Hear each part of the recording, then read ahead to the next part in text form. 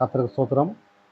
இன்று கர்த்தரின் பரிசுத்த ஓய்வு நாள். அன்றைய நாளில் கூட நம் கர்த்தரின் வார்த்தையை கேட்பதற்கு முன்பதாக ஒரு சிறிய பாடலை பாடி ஆராதனை கடந்து செல்வமாக. கூடாதது ஒன்றுமில்லையே, கூடாதது ஒன்றுமில்லையே, கூடாதது ஒன்றுமில்லையே, நம் தேவனால் கூடாதது கூடாதது ஒன்றுமில்லையே, நம் தேவனால் கூடாதது கூடாதது ஒன்றுமில்லையே. ஒரே ஒரு வார்த்தை சொன்னாரே, வேலைக்காரன் சொஸ்தமானானே. ஒரே ஒரு வார்த்தை சொன்னாரே, வேலைக்காரன் சொஸ்தமானானே. சுத்தமாகு என்று சொன்னாரே, குஷ்டரோகி சுத்தமானானே. சுத்தமாகு என்று சொன்னாரே, குஷ்டரோகி சுத்தமானானே. கூடாதது ஒன்றுமில்லையே, கூடாதது ஒன்றுமில்லையே, நம் தேவனால் கூடாதது கூடாதது ஒன்றுமில்லையே, நம் தேவனால் கூடாதது கூடாதது ஒன்றுமில்லையே. கடலில் மேல் நடந்தாரே, கடும் புயல் அதட்டினாரே. கடலின் மேல் நடந்தாரே, கடும் புயல் அதட்டினாரே. பாடையை தொட்டாரே, வாலிபன் பிழைத்தானே. பாடையை தொட்டாரே, வாலிபன் பிழைத்தானே. கூடாதது ஒன்றுமில்லையே, கூடாதது ஒன்றுமில்லையே, கூடாதது ஒன்றுமில்லையே, கூடாதது ஒன்றுமில்லையே, நம் தேவனால் கூடாதது கூடாதது ஒன்றுமில்லையே, நம் தேவனால் கூடாதது கூடாதது ஒன்றுமில்லையே. ஆம், நம் தேவனால் கூடாத காரியம் ஒன்றுமில்லை. அவரால் அனைத்தையும், எது வேணாலும் எது கேட்டாலும் கர்த்தர் நித்தமும் நம்மை நடத்தி வழிநடத்தி நமக்கானதை கர்த்தர் சிறப்பாக செய்து முடிப்பார். நாம் அவரை செய்ய வேண்டியது ஒரே ஒன்று தான், விசுவாசம், அன்பு. அவரிடத்தில் நம்ம கொடுக்கும் போதோ, உண்மையான விசுவாசத்தை கொடுக்கும் போதோ, அவரை தேடும் போதோ நம் தேவைகள்லாம் சந்திக்கப்படும். கிறிஸ்துவுக்கே மகிமை உண்டாவதாக. ஆமென்.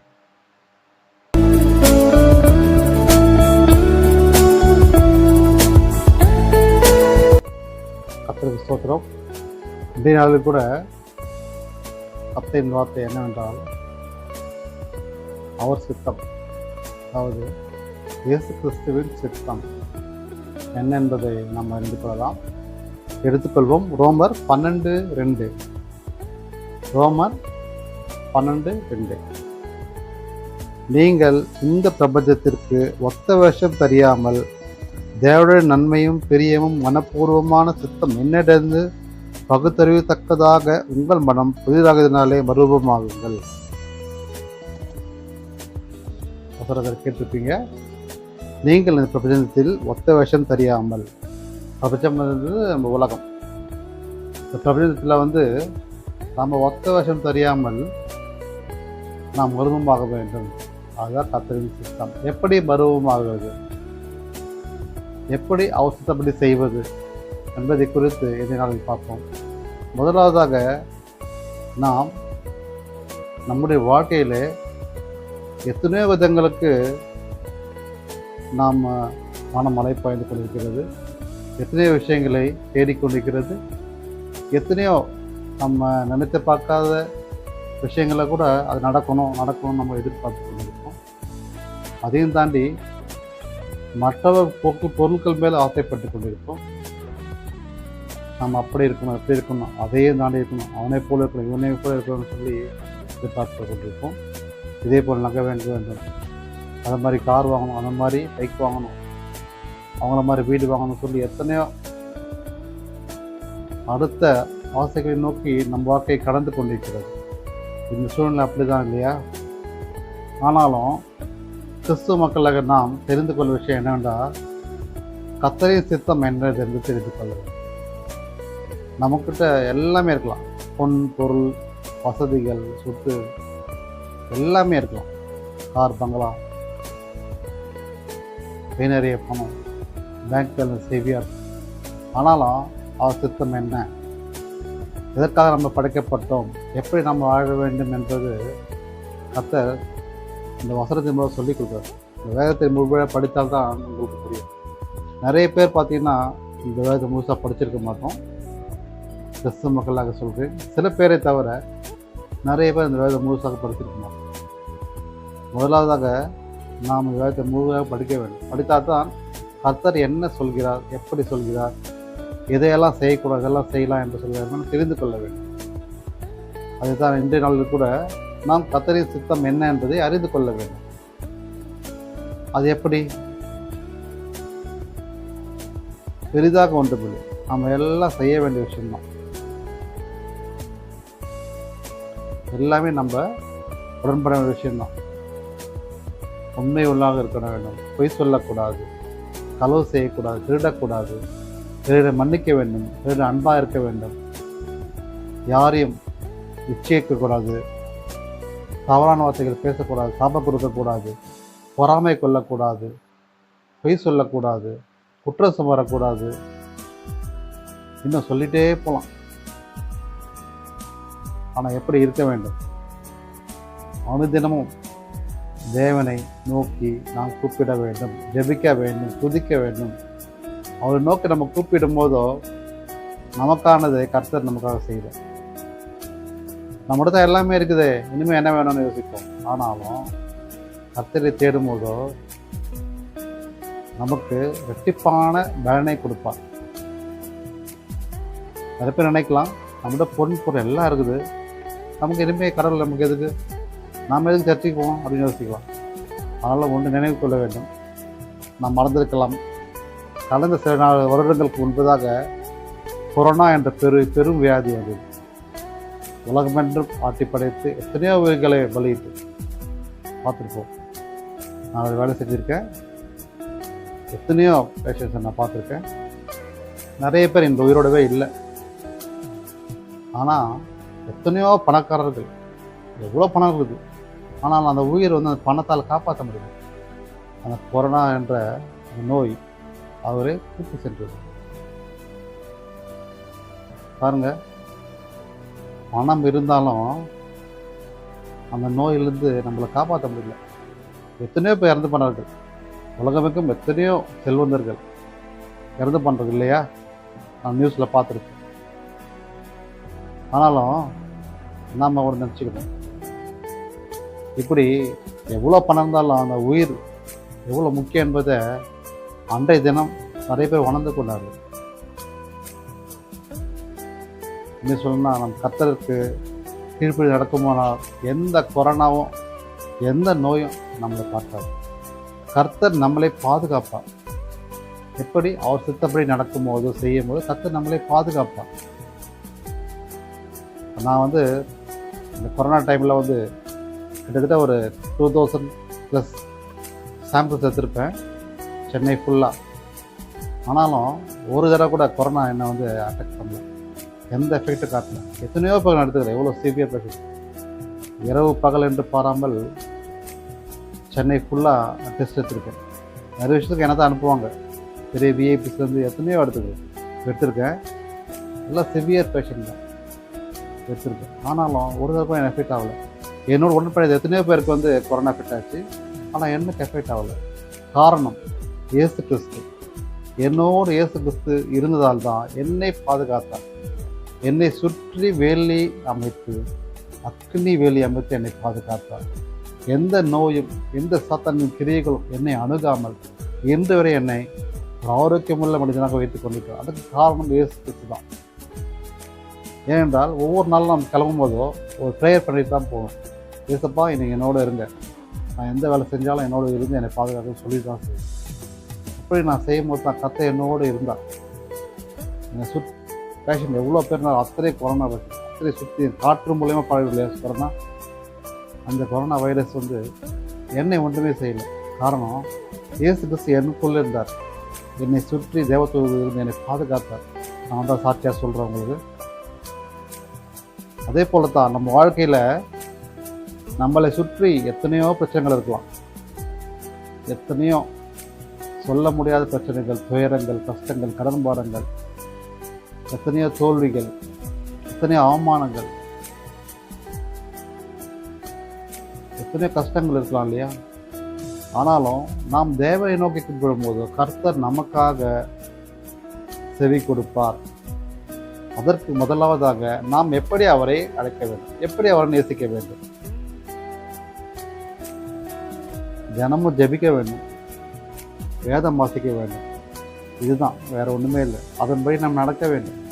நான் பைபிள் வாசித்தாலும் வேதம் முழுதாக படித்து ஒவ்வொரு நாளும் படித்து ப்ரேயர் பண்ணிட்டு, ஆனால் வெளியில் போயிட்டு நீ தவறான செயல் செய்தால் நாம் படித்த படிப்புக்கு அர்த்தமே இருக்காது. அது தவறானது.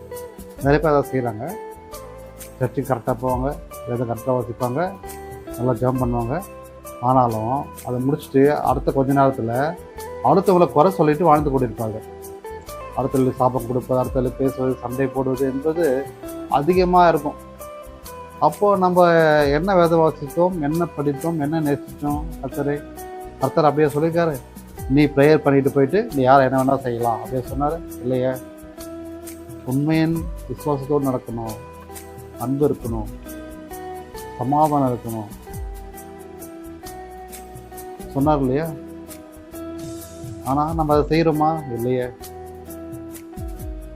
ஒவ்வொரு நியூஸில் நான் சொல்லியிருப்பேன், சண்டே அதில் சர்ச்சுக்கு போவாங்க, ஈவினிங் அவுட்டிங் போவாங்க, சினிமா, சினிமா இல்லை டிவி, ஃபோன், மொபைலில் ஏதாவது இப்படி தான் போயிட்டுருப்பாங்க. ஏன்னா கற்று சொல்லுது என்ன, உலக காரியங்கள் நமக்கு தேவையில்லாதது, தேவையானதை மட்டும் எடுத்துக்கோ. தேவையில்லாத நிறைய பார்ப்போம். நம்ம சொல்லப்போனோம் இதெல்லாம் நம்ம பார்க்குறோம், அதெல்லாம் பார்த்துட்ருக்கோம். அதை கர்த்தர் விரும்பாதவர். நம்ம நினைப்போம், நமக்கு யாருக்கு தெரியும், நம்ம என்ன வேணால் பண்ணலாம், என்ன வேணால் செய்யலாம். ஆனால் கர்த்தரின் கண்கள் நம்மேல் நோக்கமாக இருக்கிறது. அவர் நம்மளை பார்த்துட்டு தான் இருப்பார், இவன் என்ன பண்ணுறான், என்ன செய்கிறான். ஆனால் விசுவாசமுள்ள சில பேர் கர்த்தரின் வழியில் நடந்து உண்மையின் உத்தமமாக இருக்கிறவர்கள் மேல் கர்த்தர் உடனிருந்து அவர்களை பாதுகாத்து வருகிறார். அவர் உயிரை பாதுகாக்கிறார், அவர்கள் நன்மைகளை செய்கிறார், அதிசயங்கள், அற்புதங்களை செய்கிறார். எத்தனையோ குடும்பங்கள் இன்றைக்கும் சாட்சியாக இருக்கிறார்கள். கர்த்தரை நேசித்த பேர் எத்தனையோ பேர் இன்றைக்கு சாட்சியாக இருக்கிறார்கள். எத்தனையோ நோய்கள் குணமாகிறது, எத்தனையோ கேன்சர் நோய்கள் குணமாகிறது, கண் பார்வை தெரிகிறது, நடக்கும்போது நடக்கிறார்கள், பலவீனவர்கள் பலன் அடைகிறார்கள். எத்தனையோ சாட்சிகள் நம்ம பார்ப்போம் இல்லையா? காரணம் என்ன? கர்த்தரைக்கு சுத்தமாக அதை செய்வதால் தான். இதுதான் வசனதாசன். நம்ம ஒத்த வசதி தெரியாமல், அதாவது யாரையும் ஏமாற்றாமல், அடிக்காமல், சரியா? அடிப்பது என்பது நம்ம சொன்னோம் இல்லையா? அப்போ ஜெபம் பண்ணிவிட்டு போயிட்டு அடுத்த கொஞ்ச நேரத்தில் நம்ம என்ன இஷ்டப்படி ரொம்ப நம்ம போல போய் இருக்கிறது. அதுதான் அந்த ஒரு 1/2 hour தான் கடவுளுக்கு இடம் கொடுப்போம். மீதி இருக்கிற அந்த 23 hours 23.5 hours உலகத்துக்கு இடம் கொடுப்போம். உலகக்காரங்க ஈடுபடுவோம், நிறைய தவறான பேச்சு, தவறானங்கள் நடத்துவோம். அதுதான் இப்போ அப்போ கர்த்தருக்கு நம்ம அந்த டைமில் ஒரு பொய்யா நடிச்சுட்டு, அதாவது ஜெபம் பண்ணுறோம், நானும் ஜபிக்கிறேன், நானும் பைபிள் வாசிக்கிறேன், நானும் ஒரு பக்திமான் என்று சொல்லி கொண்டுக்கிறோம். ஆனால் அதற்கு பேருக்கு நடப்பது என்ன? ஜெபம் பண்ணிட்டு பேர் என்ன நடக்குது, நம்ம என்ன செய்கிறோன்றது நம்ம சிந்திக்க வேண்டும். நான் எல்லாரையும் சொல்ல, ஆனால் நிறைய பேர், நம்ம கிறிஸ்தவ மக்கள் நிறைய பேர் இருக்கிறார்கள். ஸோ நம்மளை பார்த்து தான் நம்ம கிறிஸ்து அறியாத மக்கள்லாம் தெரிந்து கொள்ள வேண்டும், புரிந்து கொள்ள வேண்டும். நாமளே இருக்கும்போதோ மற்றவர்கள் எப்படி இருப்பார்கள், நாம் எப்படி எப்போ கர்த்தருடைய வார்த்தைகள் அவங்க எடுத்து சொல்ல வேண்டும். நாம சரியாக இருந்தால் தான் நம்முடைய கர்த்தரின் வார்த்தை நம்ம மற்றவர்கள் சொல்லும் போதோ அதை கர்த்தர் கேட்டு அவருக்கு ஆசீர்வாதத்தை கொடுப்பார். அவர் ரட்சிப்பு வரும். நாம் வெறும் பைபிள் வாசித்து ஜெபம் பண்ணிட்டு மற்ற விஷயங்கள் தவறான விஷயம் செய்தால் ரட்சிப்பு வராது. அவர் சித்தம் அதுவல்ல. அவர் சித்தம் என்பது கர்த்தரின் விதத்தில் நடப்பது, உண்மையாக இருப்பது, எப்போதுமே எந்த சூழ்நிலையிலுமே அவரை விட்டு கொடுப்பாங்க. முதலாவதாக தேவனுடைய ராஜ்யத்தை நீதியை தேடுங்க என்று மத்தேயு 6:33 சொல்கிறது. அந்த வசனத்தை நீங்கள் படிங்க. முதலாவதாக தேவனுடைய ராஜ்யத்தை நிதியை தேடுங்கள், அப்போது எல்லாம் உங்களுக்கு கூட கொடுக்கப்படும் வசனம் சொல்கிறது. மத்தேயு அதிகாரத்தில் நீங்கள் படித்திருப்பீர்கள். ஏன்னா முதலாவது அவரை தேட வேண்டும். தேடும்போது தான் நமக்கான ரட்சிப்பு கிடைக்கும். எப்போதாவது தேடக்கூடாது. ஒவ்வொரு நாளும் ஜெபிக்க வேண்டும், துதிக்க வேண்டும், மகிழ்வுபடுத்த வேண்டும். நைட்டில் ப்ரேயர் பண்ணால் மட்டும் பத்தாது. அதிகாலையில் ஜெபிங்க, தேவனை தேடுங்க. அதிகாலை ஜெபம் தான் கரெக்டாக டைரெக்டாக நமக்கு லிங்க் ஆவார்னு சொல்லுவாங்க. அது வசனம் தான். ஏன்னா ஏன் சொல்கிறேன்னா, அந்த லிங்க் எப்படி கிடைக்குன்னா, அதிகாலை இருந்தது அமைதியாக இருக்கும். அப்போ நீங்கள் ஜெபிக்கும் போதோ உங்களுக்குள்ளே இயேசு கிறிஸ்து பேசுவார். அது நான் நிறைய தடவை உணர்ந்திருக்கேன். நம்ம ஜெபிக்கும் போது அமைதியாக இருக்கும். நம்மளோட ஜெபம் மட்டும்தான் கேட்கும். நம்ம மனசில் என்ன ஜெபித்தாலும் சரி, சவுண்டில் ஜெபித்தாலும் சரி, நம்ம ஜெபம் தான் கேட்கும். ஏன்னா எந்த சவுண்டும் இருக்காது, எந்த டிஸ்ட்ராக்ஷன் இருக்காது. அது அதிகாலை ஜெபம் பண்ணி பாருங்கள். அவருடைய சத்தம் நம் காதுக்கு ஒலிக்கும். நம்ம ஜெபிக்கின்ற வேண்டுதல்கள் எல்லாம் அவர் கேட்டு நமக்கான பதிலை கொடுப்பார். நீங்கள் ஜெபிக்கும் போதே ஒரு பதில் உங்களுக்கு உணர்த்துவார். உங்கள் மனசில் உணர்த்துவார். நீ ஏதாவது ஒன்று கேட்கணும்னு வச்சிங்களேன், நீ இதை செய், உனக்கு இது நடக்குன்றது அவர் உணர்த்துவார். நம்ம காதுக்கு அது ஒலிக்கும். நிறைய முறை எனக்கு அது அனுபவபூர்வமாக நான் சொல்கிறேன், கிடைச்சிருக்கு. அதுபடி நான் செஞ்சுக்கிறது. நீங்கள் அதிகாலை ஜெபிக்கும் போதோ உங்களுக்கு அற்புதங்கள் அன்றைய நடக்கலாம், ஆனால் சீக்கிரமாக கண்டிப்பாக நடக்காமல் இருக்காது. இயேசு கிறிஸ்து அப்படி ஒரு அற்புதங்களே செய்வான். நாம் அவர் சித்தப்படி நடக்க வேண்டும். ஒரு வசனம் கூட சொல்கிறேன். ஏசாயா 53 அதிகாரம் 10வது வசனம். கர்த்தர் சித்தமானது அவர் கையினால் வாய்க்கும் என்பது கடைசியாக சொல்கிறது. 50 அந்த லாஸ்ட் வரிகள். கர்த்தர் சித்தமானது அவர் கையினால் வாய்க்கும். அவர் சித்தம் என்ன சொன்னா இல்லையா, அது எல்லாமே தான் விசுவாசமான வாழ்க்கை தான் கர்த்தர் சித்தமானது. விசுவாசமான ஒரு கிறிஸ்துவ அடையாளமாக வாழ்வது தான் கர்த்தர் சித்தமானது. கிறிஸ்துவ மக்களாக நாம் ஒரு விசுவாசமான வாழ்க்கையை வாழ வேண்டும். அதுதான் ரொம்ப ரொம்ப ரொம்ப இம்பார்ட்டன்ட். நம்ம இப்போ நிறைய மக்கள் பணம் உள்ளவர்கள் தான் அவர் தனி மதிப்பு மரியாதை எல்லாம் இருக்குது. பணம் இல்லாததுக்கு அது மதிப்பெலாம் இருக்காது. இந்த காலம் எப்படி? அது விசுவாசமா இல்லையே. கர்த்தர் என்ன சொல்கிறார்? அனைவரையும் நேசி, எல்லாரும் சரிசமமாக பார், சமாதானமாக இரு, இப்படிதான் சொல்கிறார். ஆனால் இன்று நாம் எப்படி இருக்கிறோம்? ஆளுக்கு ஏற்ற மாதிரி பேசிக்கொண்டு, ஆளுக்காக நடந்து கொண்டு அப்படி தானே வாழ்ந்து வருகிறோம். ஒரு ஏழையை பார்த்தா அவங்க வேறு மதிக்க மாட்டோம். அதே பணக்காரங்க தான் வாங்க உட்காருங்க, இது பண்ணுங்க அது பண்ணுங்கன்ட்டு மரியாதை தலைக்கு மேலே வரும். அது ஒரு ஏழையாக இருந்தால் அந்த மதிப்பு மரியாதை இருக்கவே இருக்காது. உங்கள்கிட்ட என்ன இருக்குது? உன்னையே மதிக்கணும், உன்னையே என்ன கண்டுக்கணும், அப்படி தான். ஆனால் பணக்காரங்கிட்ட பாருங்கள், தேடி தெரிவிப்பாங்க. அவங்க நம்ம எவ்வளோ தான் நம்ம அவங்கள நம்மள அவங்க எவ்வளோ பார்த்தாலும் நம்ம அவங்க பின்னாடியே போவோம். ஏன்னா அவங்க கூட பணம் இருக்கிறதுனால நம்ம அதை மதிப்பு கொடுக்கணும். பாருங்கள், பணத்தில் உள்ள மதிப்பு குணத்தில் கிடையாது. கர்த்தர் நம்முடைய குணத்தை தான் பார்க்கிறார், நம்ம இதயத்தை தான் பார்க்கிறார், நீ எப்படிப்பட்டதை தான் பார்க்கிறார். ஆனால் இன்றைய சூழ்நிலை பார்த்தீங்கன்னா நிறைய பேர் சூழ்நிலைக்கேற்றவாறு வாழ்ந்து வருகிறார்கள். அப்படி வாழ்வதால் என்ன லாபம்? அது பாவம். அந்த பாவப்பட்ட வாழ்க்கையை கர்த்தர் விரும்புவதே இல்லை. நான் ஜெபிக்கிறேன், நான் இது பண்ணுறேன், அடுத்த எல்லாமே பண்ணலாம். நான் எப்படி வாழறேன், எப்படி இருக்கிறேன் என்பதை நாம் உணர்ந்து கொள்ள வேண்டும். நம் கண்களின் பார்வைகள், இதயத்தின் நினைவுகள், சிந்தனைகள் எல்லாம் ஒரு பரிசுத்தமாக இருக்க வேண்டும். இதில் அது பரிசுத்தம் வராது. இப்படி இருக்கிறதால் பரிசுத்தம் எப்படி கிடைக்கும்? வராது. பரிசுத்த வாழ்க்கை என்பது கர்த்தர் பார்த்தீங்கன்னா அவர் இருக்கிற டைமில் எல்லாரையும் ஒரே மாதிரி தான் பார்த்தார். உனக்கு மட்டும் தான் செய்ய மாட்டேன், உங்க தான் வந்து ஒரு விருதை கொடுத்தோம், உனக்கு விருதை கொடுக்க மாட்டேன், என்னதான் ரசிப்ப விருது அப்படிலாம் சொல்லி அவர் எல்லாருமே ஒரே பார்வையாக ஒரே இதுவாக பார்த்தார். அதுதான் இயேசு கிறிஸ்துவின் மகிழ்ச்சி. அதுதான் இன்றைக்கும் அவர் ஜீவித்திருக்கார் என்றால் அதுதான் அவர் இருக்கிற அவருடைய கேரக்டர் அது, அவர் வாழ்ந்த வாழ்க்கை அது. அப்படி யாருமே இன்ன வரைக்கும் வாழ்கிறதுக்கு முயற்சி எடுக்கிறதே கிடையாது. எல்லாம் அவங்க இஷ்டப்படி தான் வாழ்ந்து வருது. நம்ம அப்படி ஒரு வாழ்க்கையே மாறணும். அப்படி வாழ்க்கையை நம்ம வாழும்போது தான் கர்த்தரின் வழியில் நடக்க முடியும். அவர் சித்தம் நமக்கு கிடைக்கும். அவர் சித்தப்படி நம்ம வாழலாம்.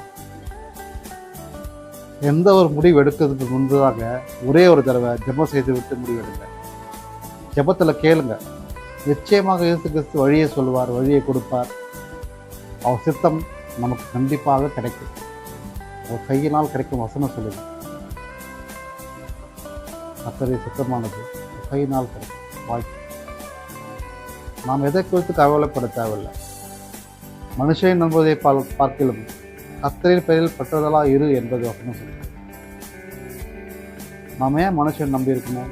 உங்களுக்கு எந்த கஷ்டம் இருந்தாலும் தேவனை நோக்கி வாங்க, ஜெபிங்க. கண்டிப்பாக உங்களுக்கு விடுதலை கொடுப்பார். நான் என்னோட ஒவ்வொரு மெசேஜில் நான் சொல்வேன், இயேசு கிறிஸ்துவை நோக்கி வாங்க, கண்டிப்பாக உங்களுக்கான அற்புதம் காத்திருக்கிறது. நீங்கள் விசுவாசமுள்ள எவர்களுக்கு ஏற்பீர்கள் அவர்களை பெற்றுக்கொள்வீர்கள் வசனம் சொல்கிறது. கேளுங்கள், அப்போது உங்களுக்கு சந்தோஷம் நிறைவாக்குகள் பெற்றுக்கொள்வீர்கள் வசனம் சொல்கிறது. வசனம் படி கண்டிப்பாக அவர் நிறைவேற்றுவார்.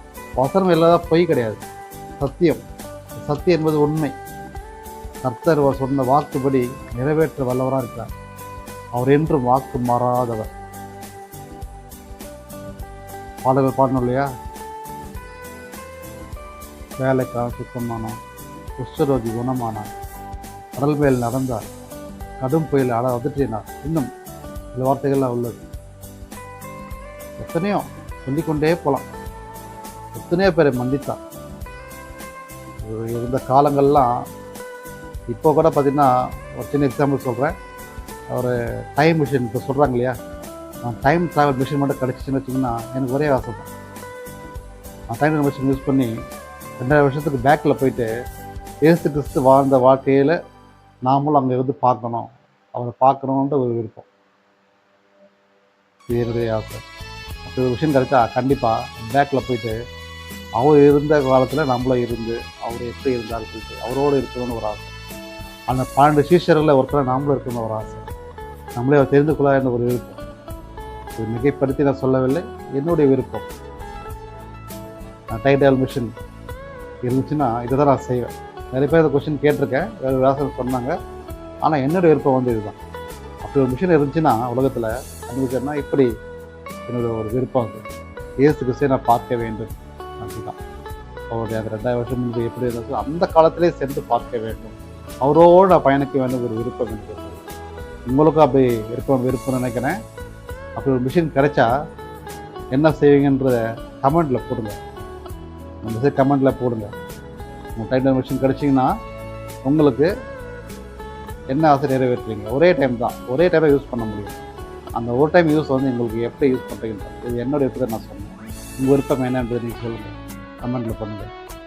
ஏனென்றால் கர்த்தரை நாம் நேரடி தரிசிக்கிறதுக்கு ஒரு வரம் இல்லையா? ஆனால் இந்த சூழ்நிலைகளை கர்த்தரை நம்ம எப்படி பார்க்க முடியும்? எப்படி? நாம் விசுவாசமான ஜெபத்தின் புதிய மகிமை சொல்கிற கர்த்தர் நம்ம இடத்தில் வருவார், நம்மோடு பேசுவார், அவர் சத்தத்தை நம்ம கேட்கலாம், அவர் கண்ணாலே பார்க்கலாம்.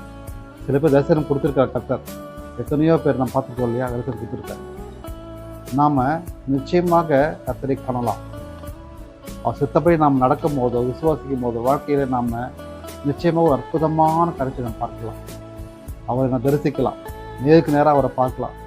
அவர் கண்ணால் பார்ப்பது ரொம்ப கஷ்டம். ஏன்னா அவ்வளோ பரிசுத்தமான ஒரு பிரகாசமான ஒளியாக இருப்பார்ன்ற வேதம் சொல்கிறது. அந்த ஒளியை நம்ம கண்டிப்பாக பார்க்கலாம். நம்மோட கர்த்தர் உடனே இருப்பார். நீங்கள் விசுவாசமாக ஜெபம் பண்ணுங்கள்.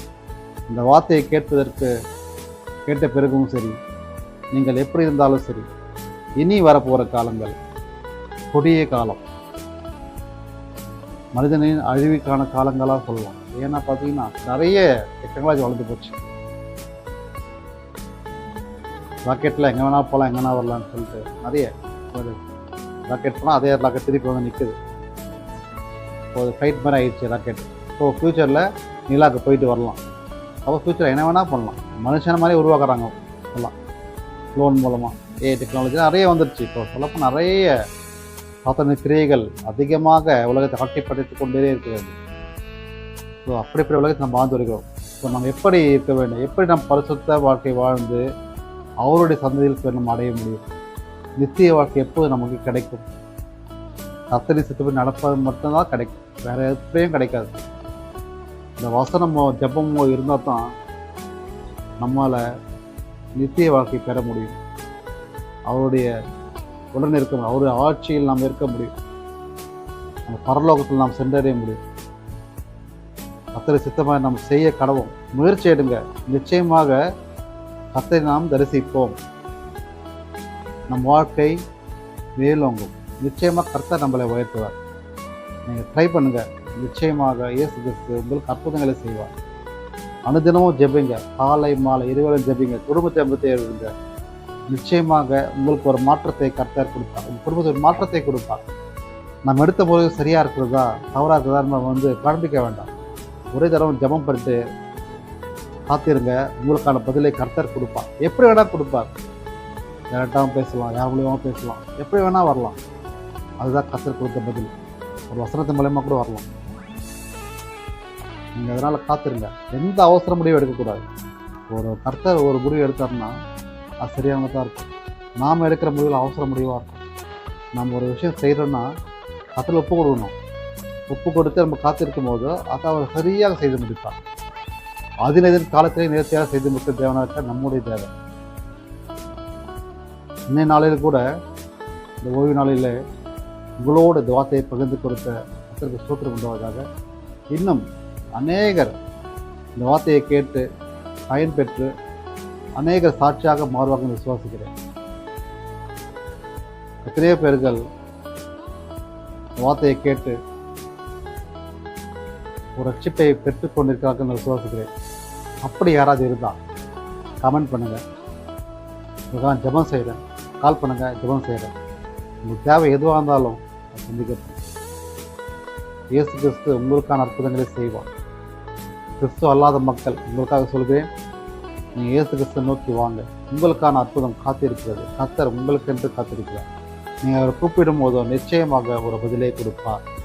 கர்த்தருக்கு சித்தமாக கையினால் வாய்க்கும். உங்களுக்கும் கண்டிப்பாக நீங்கள் விசுவாசமாக ஜெபம் பண்ணும் போதோ, நம்ம விசுவாசமாக ஜெபம் பண்ணும் போதோ அவர் சித்தம் நமக்கு கண்டிப்பாக ஒரு பரிசுத்த ஆசீர்வாதத்தை கொடுத்து நம்முடைய தலையை உயர்த்துவார். இது நிச்சயம் நடக்கும். நாம் தொடர்ந்து கர்த்தரின் வழியில் நடப்போம், சித்தப்படி செய்வோமாக. இயேசு கிறிஸ்துவுக்கே மகிமை உண்டாவதாக. ஆமென். நாம் ஜெபம் செய்யலாம். ஸ்தோத்திரம் கர்த்தாவே, இதோ இந்த புதிய நாளுக்காக நன்றியோடு துதிக்கிற கர்த்தாவே, இந்த பரிசுத்த ஓய்வு நாளில் கர்த்தாவே, இதோ உங்கள் சித்தப்படி நாங்கள் பேசும்படியாய் இந்த வார்த்தையை சொல்லும்படியாக கர்த்தா, இந்த நாளை கொடுத்த கிருபைக்காக, நேரத்தை கொடுத்த கிருபைக்காக நன்றியோடு துதிக்கிறோம் கர்த்தாவே. நாம் மகிமைப்படும்படியாக கர்த்தாவே, இந்த நாளை கொடுத்த கிருபைக்காக நன்றி கர்த்தாவே. ஸ்தோத்திரம் கர்த்தாவே. நாங்கள் சாதாரண மக்களாக இல்லை, ஆனால் தேவன் நீர் பெறுவீராக இருந்து கர்த்தாவே, எங்கள் பரிசுத்தமானாக நீங்கள் மாற்றுவீராக சாமி. நீங்கள் உங்கள் கரம் தொட்டு எங்கள் பரிசுத்தமாக மாற்றும் கர்த்தாவே. நாங்கள் உங்கள் சித்தப்படி நடக்கும்படியாக சாமி, முதலாவதாக தேவனுடைய ராஜ்யத்தின் நீதியை தேடுங்க, வார்த்தைப்படி கர்த்தாவே. நாங்கள் உங்களை தேடுகிற மக்களாக நீங்கள் மாற்றுவீராக கர்த்தாவே. நாங்கள் சுத்தப்படி செய்கிற மக்களாக நீங்கள் மாற்றுவீராக கர்த்தாவே. எல்லா வகையிலும் கர்த்தாவே, ஒரு விசுவாசத்தில் நாங்கள் வளரும்படியாக வாழும்படியாக கர்த்தாவே, ஐக்கியமாக இருக்கும்படியாக கர்த்தாவே இடத்தின் கர்த்தாவே. நீங்கள் செய்தியை கேட்டுக்கொண்டிருக்கிற ஒவ்வொருக்காக ஜெபிக்கிற கர்த்தாவே. அவர் குடும்பங்களை ஆசீர்வதி, பிள்ளைகளை ஆசீர்வதி கர்த்தாவே. அவர் அன்னைவரும் உண்மையை நோக்கி கூப்பிடுகின்ற மக்களாக நீ மாற்றுவீராக சாமி. இந்த வார்த்தை அவர்கள் பயனுள்ளதாக இருக்கும்படியாக மாற்றத்தை கொடுக்கும்படியாக இருக்கும்படியாக ஜெபிக்கிற கர்த்தாவே. நீர் ஆசீர்வதி பிறந்த இல்லத்துக்கும் ஒரு பாதுகாப்பு துணை ஒவ்வொரு இருக்கட்டும் கர்த்தாவே. இந்த வார்த்தையை நீங்கள் பேசக்கூட எனக்கு கொடுத்த நல்ல வாய்ப்புகளை நன்றியோடு துதிக்கிறேன் கர்த்தாவே. இன்னும் மேன்மேலும் ஆசீர்வதி கர்த்தாவே. அது செய்கிற இந்த ஊழியர்கள் நேர் முன்னின்று வழிநடத்துகிறதே ஜெபிக்கிற ஆசீர்வதி தொடர்ந்து இடத்துக்கு பாதுகாத்துக்கள். மீட்பர் இயேசு கிறிஸ்துவின் எனக்கு ஒரு ஜீவன் நல்லதாவே. ஆமென். என் ஆத்மாவே கர்த்தரை ஸ்தோத்திரி, என் முழு பரிசுத்த நாமத்தை ஸ்தோத்திரி. என் ஆத்மாவே கர்த்தரை ஸ்தோத்திரி, கர்த்தர் செய்த சகல புகழ் மறவாதே. ஆமென். கர்த்தருக்கு புதிய கனம் மகிமை உண்டாவதாக. ஆமென்.